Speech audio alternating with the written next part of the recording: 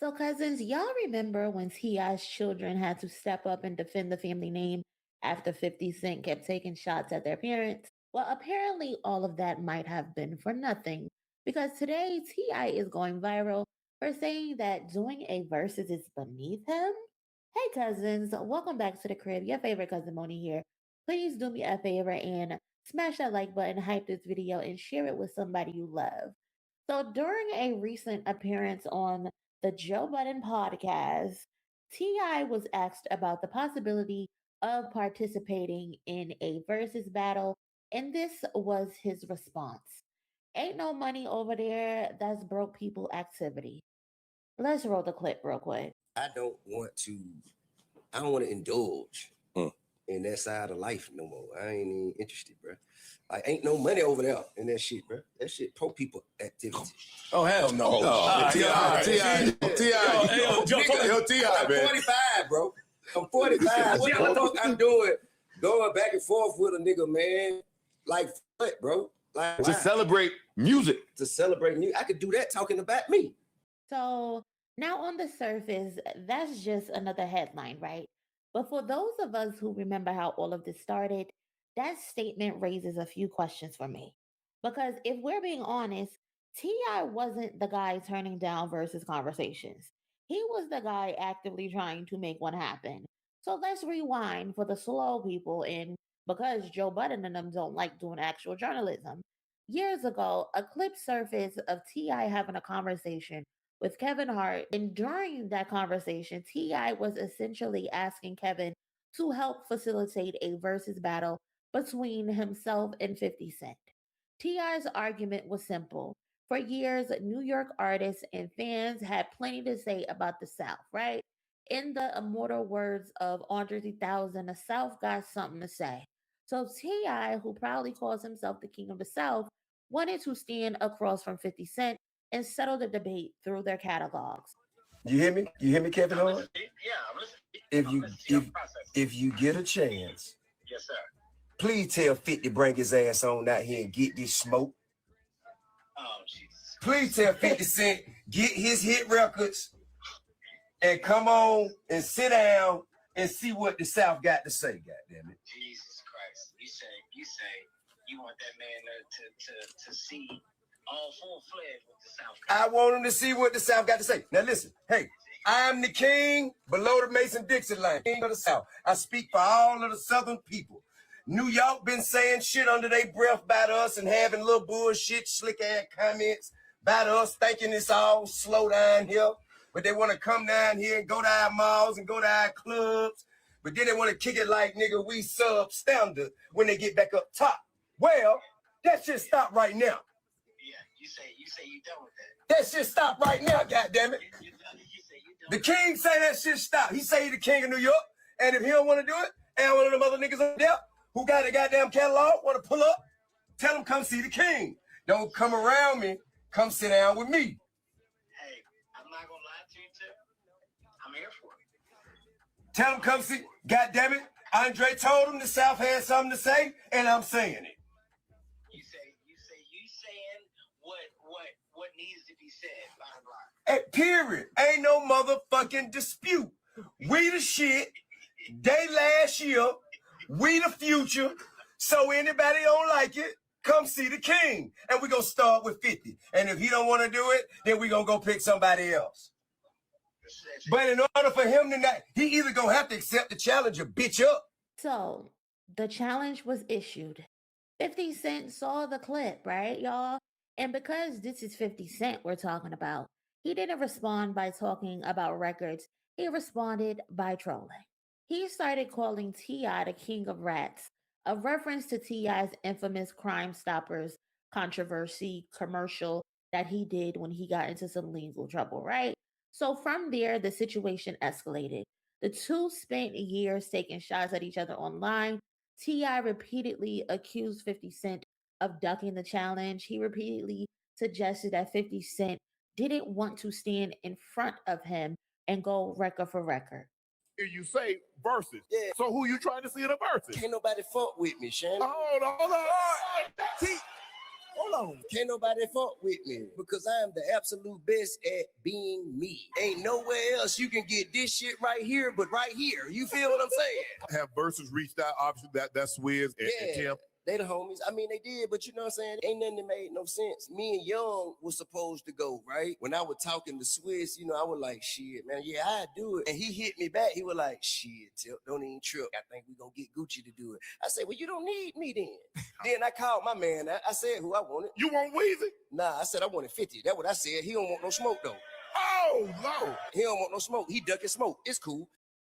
So things got even more interesting when T.I. publicly claimed that 50 Cent had actually agreed to do the verses behind the scenes.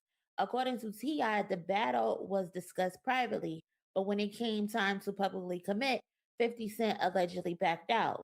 T.I. said he lost respect for 50 Cent because of it. We talk like this. You talking about you and 50?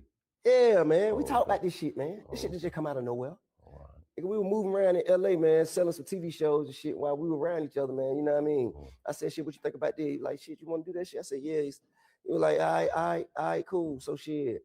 And I told him, I said, well, I'm gonna jump out there first, and then you just gonna jump out there and we'll line it up. Right. And he said, all right. And when I jump out there, nigga act like he ain't know what the fuck going on. Okay, so first, like, you know, it was really about celebrating each other's catalog. At that point, what started as a musical competition turned into a personal feud. And unfortunately, that's when things crossed the line. Somehow, the conversation went from catalogs and hit records to 50 Cent making disrespectful comments about T.I.'s wife and the mother of his children.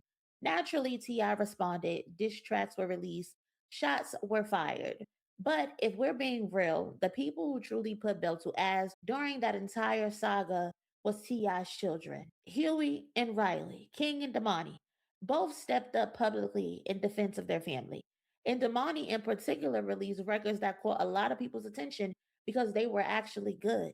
Not good for a celebrity kid, not good for somebody's son, but good, period. To the point where 50 Cent never really gave those records a response. He tried to, troll his way out of it, tried to ignore it, which brings us back to today. After all of those years of calling for verses, after all of those years of saying 50 was scared, after all of those years of claiming the battle should happen, T.I. now says verses is broke people activity. And that's where I have an issue. Not with him declining to do a verses, not with him feeling like he's moved beyond it. The issue is the lack of accountability from people interviewing him. Because, like I said earlier, Joe Budden and them niggas, they don't do any actual journalism. Because if I'm sitting in that room, my immediate follow up question is simple. Hold on now, Clifford. Hold on now, Clifford. How is versus broke people activity when you were the one begging for it? That's the question. That's the story. That's the context. And too often in today's media landscape, nobody wants to ask the obvious follow up. Everybody just wants the viral clip. Nobody wants the uncomfortable question. Because if versus is beneath you now, was it beneath you then?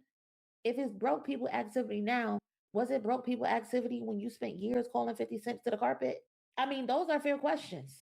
And let's be clear about something else. Versus was never supposed to be about money in the first place. Versus started during the pandemic. It was about artists celebrating music. It was about fans celebrating catalogs and everyone coming together. It was about culture. While everyone was stuck in a house and not knowing what the next day was going to bring. Sure, over time, it evolved into a larger production, sponsorships, venues, and business opportunities. But that's not what made people fall in love with Versus. People fell in love with it because it reminded us of why we loved music. And some of the greatest artists we've ever seen participated in. We had Earth, Wind, and Fire versus the Isley Brothers, Brandy versus Monica, The Lox versus Dipset. We saw Jada Kiss turn into fucking Thanos. Teddy Riley versus Babyface, Jill Scott versus Erica Badu. I believe Patti LaBelle even participated at one point. I can't remember who she went against, but none of these artists fit anybody's definition of broke. These are all legends, icons, people whose music helped shape entire generations. So to reduce verses to broke people activity feels very dismissive, not only of the platform, but of many artists who helped make it special. And I can't lie, cousins, this whole thing feels a little familiar. It's given the same injury as somebody getting rejected and suddenly deciding It was never that way. It's given, hey, let me get your number, and the girl say no, and now it's, oh, you was ugly anyway. Come on now. Come on. What are we talking about? For years, the matter was important to you, T.I. For years, it was worth discussing. For years, it was worth arguing over, but now it's beneath you. And while we're talking about it, let's not forget that you also got called out by Busta Rhymes and you ducking the fade. What's up with that? From one brother that loves you to my brother that knows I love him, I'm begging you to step in the ring with me. I'm a bust your ass. And let me tell you something. Let me tell you something. We're gonna do it with grace. But I'm a bust T.I. I'm gonna bust your ass. Come on, T.I. Let's have fun. Can Busta get in on it? Can Busta get a fade? Granted, I'm not here to defend 50 Cent at all. Fuck that nigga. But you had a whole lot less to say when Busta entered the conversation. I'll just leave that where it is. Just think about it. At the end of the day, Verzuz isn't about proving who's rich.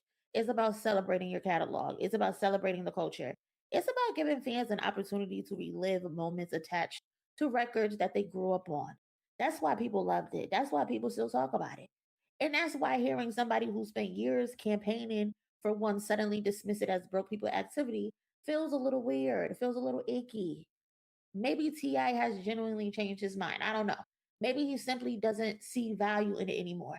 That's his right. But let's not rewrite history. Because the same man calling Verzuz broke people activity today is the same man who spent years trying to get one with 50 Cent. And that's the part of the story people keep leaving out. And that needs to be discussed. Because let me know y'all thoughts down in the comment section below. Smash the like button, hype this video, and share with a friend. I hope y'all enjoy the rest of y'all day. Y'all be safe, and I'll holler at y'all later. Hey cousin, who you chilling with? I'm chilling with MONIE.